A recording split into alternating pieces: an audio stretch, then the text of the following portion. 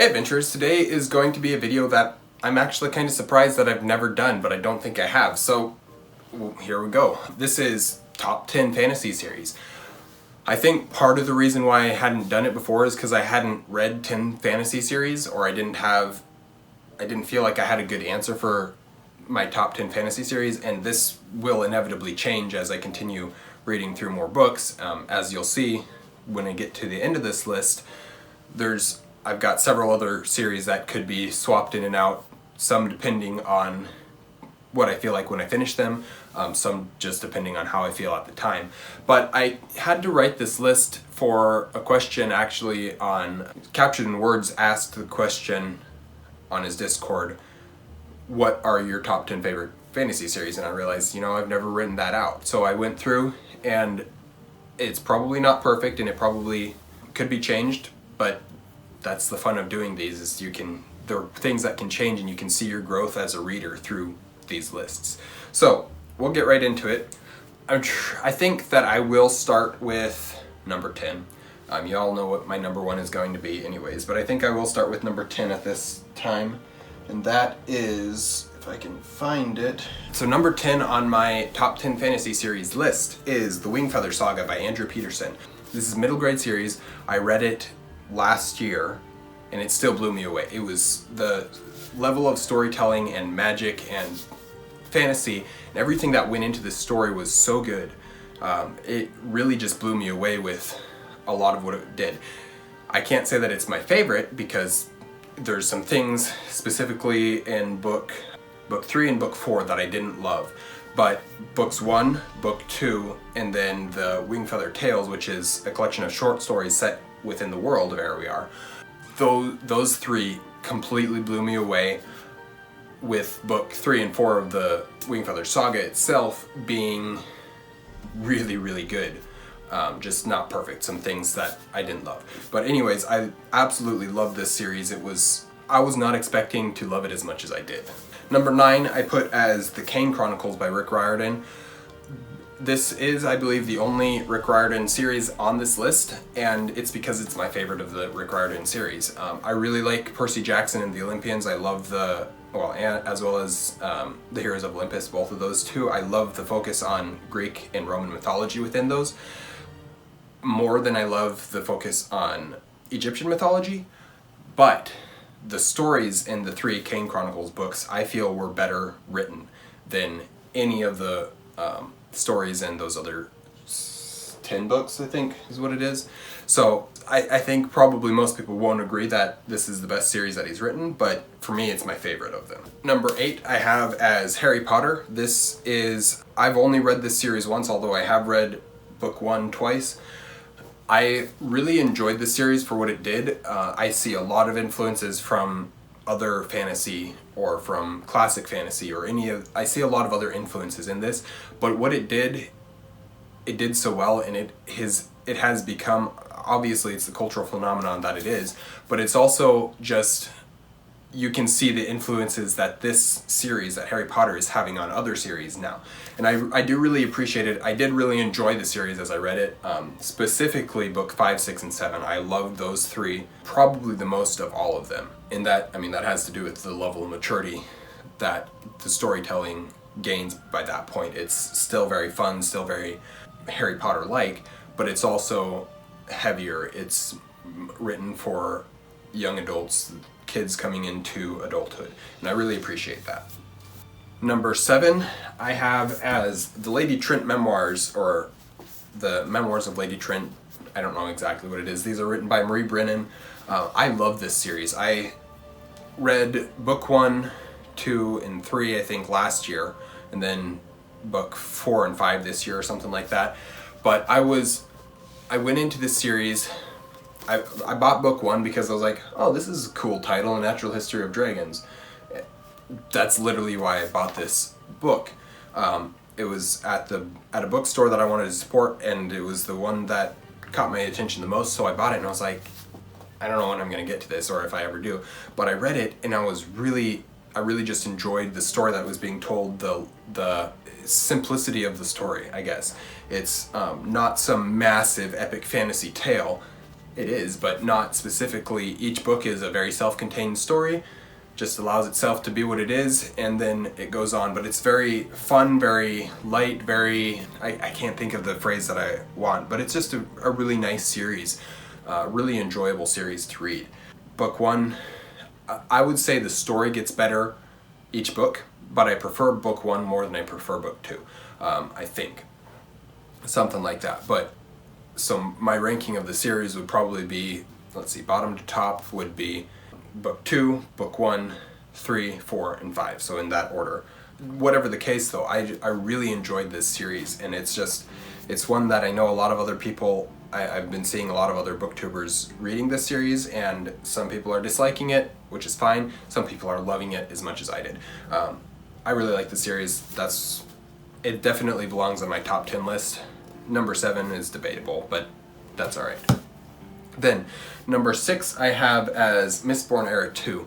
I really like Mistborn Era 2. I debated on whether or not I should put multiple Sanderson on this list, and I decided ultimately that I would. So you'll see more of that as I go a little bit further. But Mistborn Era 2, I love westerns. So having a fantasy series written by Sanderson, who is a very good writer as a storyteller. He's very good at the fast-paced, deep lore fantasy series. And what Mistborn Era 2 does is it builds on Era 1 in a very different way. So you have Era 1 that is very much your medieval fantasy, which I love medieval fantasy. And then you have Era 2, which is cowboys. It's basically cowboys with magic. And for some reason it works really well in my opinion. They're fun. They're not as deep as Era 1, but it's I don't know, I just really like Era 2.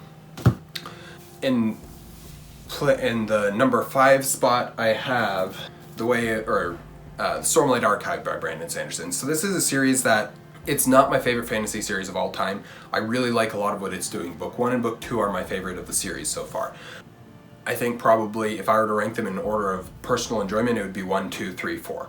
That's not to say that Book 3 and 4 are bad. In fact, they're great books.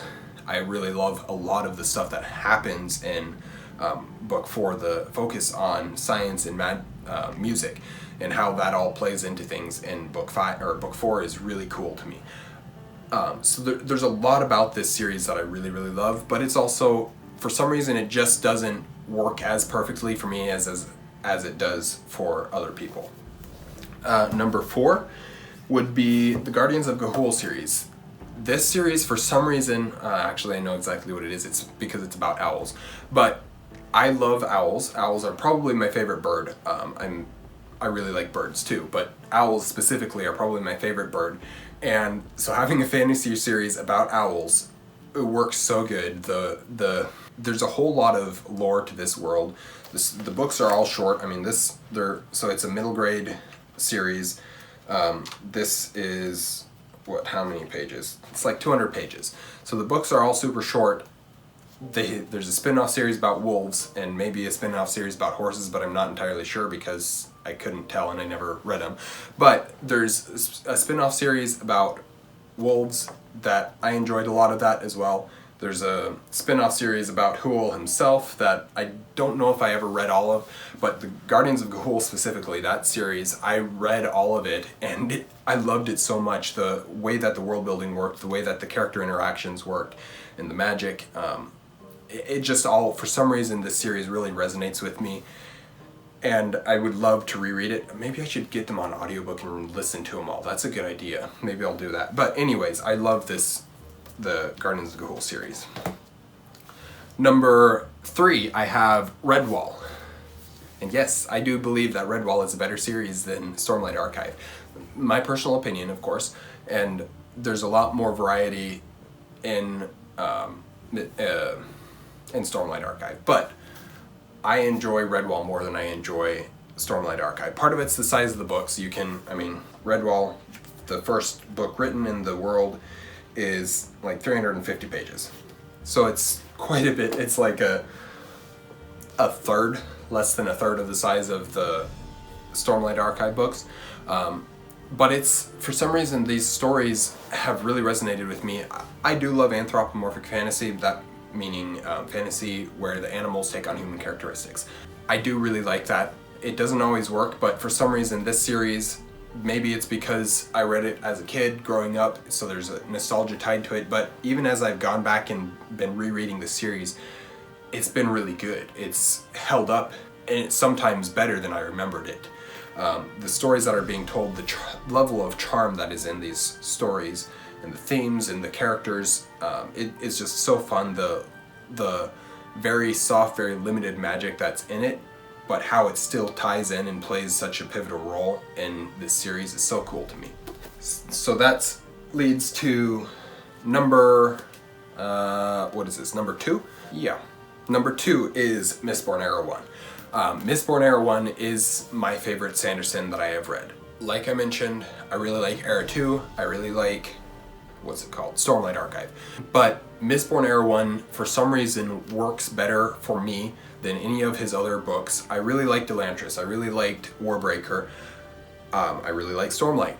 But Era 1, I think part of it is because book 1 is a heist story, it's a found family, it's just like all the tropes that I really love tied into this one story and told in such a way, in a way that works so well, is so fast paced, is so easy to follow, but at the same time doesn't exclude the depth that you can get from a good storyteller. And so I really like Mistborn Erawan. It's my number 2 series on this list. And coming in at the number 1 spot, to no surprise to anybody, is Lord of the Rings. Lord of the Rings is my favorite series of all time. Lord of the Rings I see as one book, but when I say Lord of the Rings as a series, I'm talking about The Hobbit and The Silmarillion as well, being part of that series. You can add in things like Unfinished Tales, The Children of Hurin, whatever. You can add in all those other things. Those are, I don't consider them in the same way as part of this series. So yes, they're part of the same world and they're part of Tolkien's Legendarium, but the works that I consider the series are The Silmarillion, The Hobbit, and The Lord of the Rings. That's the series that I'm talking about when I say The Lord of the Rings is a series. This series is what Tolkien does in about 1,000 pages with just The Lord of the Rings. You want to add another 300-ish from The Hobbit and another 400-ish from Silmarillion. That puts us about a 1,700-page series, which is significantly smaller than a lot of fantasy series today. Stormlight Archive, 2 books and you're well past that. But what Tolkien was able to do and accomplish in those 1,000-ish pages of book 1, or of the Lord of the Rings, is something that I have not seen any other fantasy writer be able to do.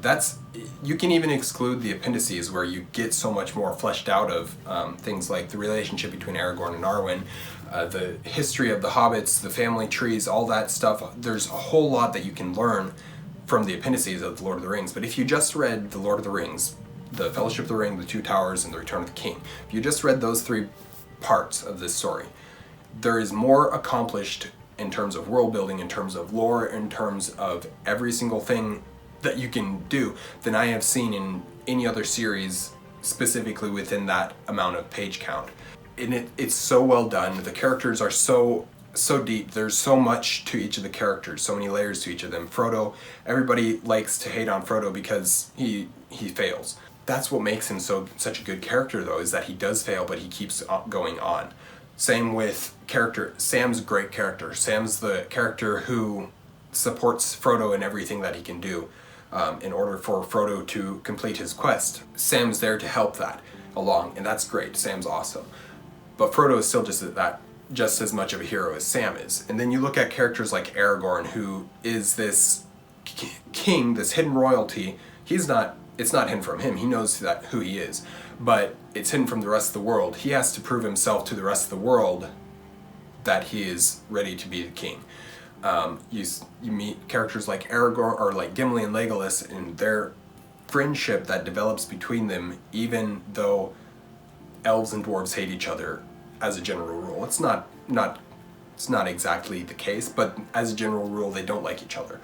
Then you have the other hobbits, Merry and Pippin. You have the other characters that are brought in, like Faramir, or Boromir, or Éowyn, or Éomer or any of these other characters, Denethor even, they're all such strong characters, such interesting characters. You can hate them if you want, and that some of them are supposed to, like Denethor is supposed to be a hated character, but he's such a good character still. You can still hate him even though he's a good character. And it works, I don't know, the character work, the world building, storytelling, everything about this series, I absolutely love. A lot of people don't realize that The Lord of the Rings is basically a memoir of the journey of four hobbits. That's what the story that's being told. And they look at it because this is how the movies adapted it, and honestly it's probably the best choice for making movies, but they took it and they told the story of the destruction of the One Ring, or the quest to destroy the One Ring, rather. That's the story that the movies tell. That's not the story of The Lord of the Rings. The story of The Lord of the Rings is a journey of four hobbits. And that tale, when you understand that, you can understand why there's things like Tom Bombadil included, where you can understand why poetry plays such a big important role in this series, why the Scouring of the Shire is in there. There's so much about this story that, because it's the story of the hobbits and not of the ring, you have to include all this stuff because it's still part of their story. And so I really appreciate that as well. It's just, most people would tell the story of the ring, and that's great, but it's not the story that Tolkien decided to tell, and I really appreciate that. So everything about Lord of the Rings just works for me perfectly. So now that's my top 10 list. There's a couple series on here that I could easily swap in and out depending on the day, essentially. Two of them I have are ones that once I finish them, I suspect will probably be on this list, and some other things will be shuffled out. But the one that I could swap in and out pretty easily is the Chronicles of Narnia. I love the Chronicles of Narnia. It's not my favorite series of all time, but there's a lot of really good stuff in this series, and it definitely deserves a spot on a lot of fantasy lists. The other two series that I have on here are the Earthsea Cycle by Ursula K. Le Guin.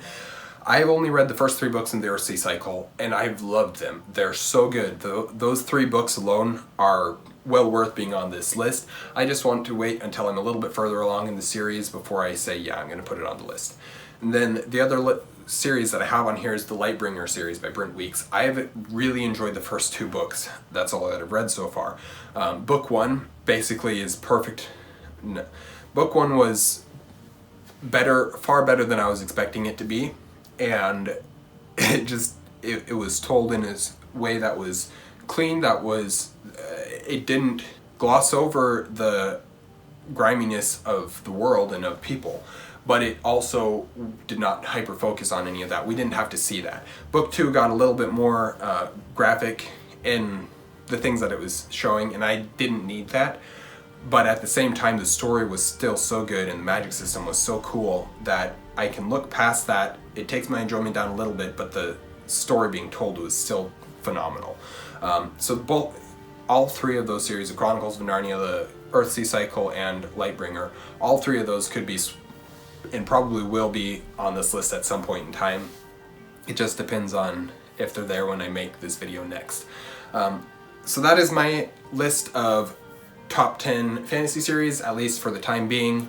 Let me know what you guys have on your list. You don't have to put all 10 of them on there if you want to, but if you have 3 or something that you'd like to include on there, let me know. That would be cool. I always love getting recommendations from other people, whether or not I ever decide I want to read them, but I like getting recommendations. I like seeing what other people like. It helps me to understand if my tastes align with other people. So anyways, that's my review, or that's my top 10 fantasy series list. Thank you guys for watching the Erudite Adventure. We post videos every Monday and Thursday. We have our social medias linked in the description down below. We will see you guys again soon. Stay warm.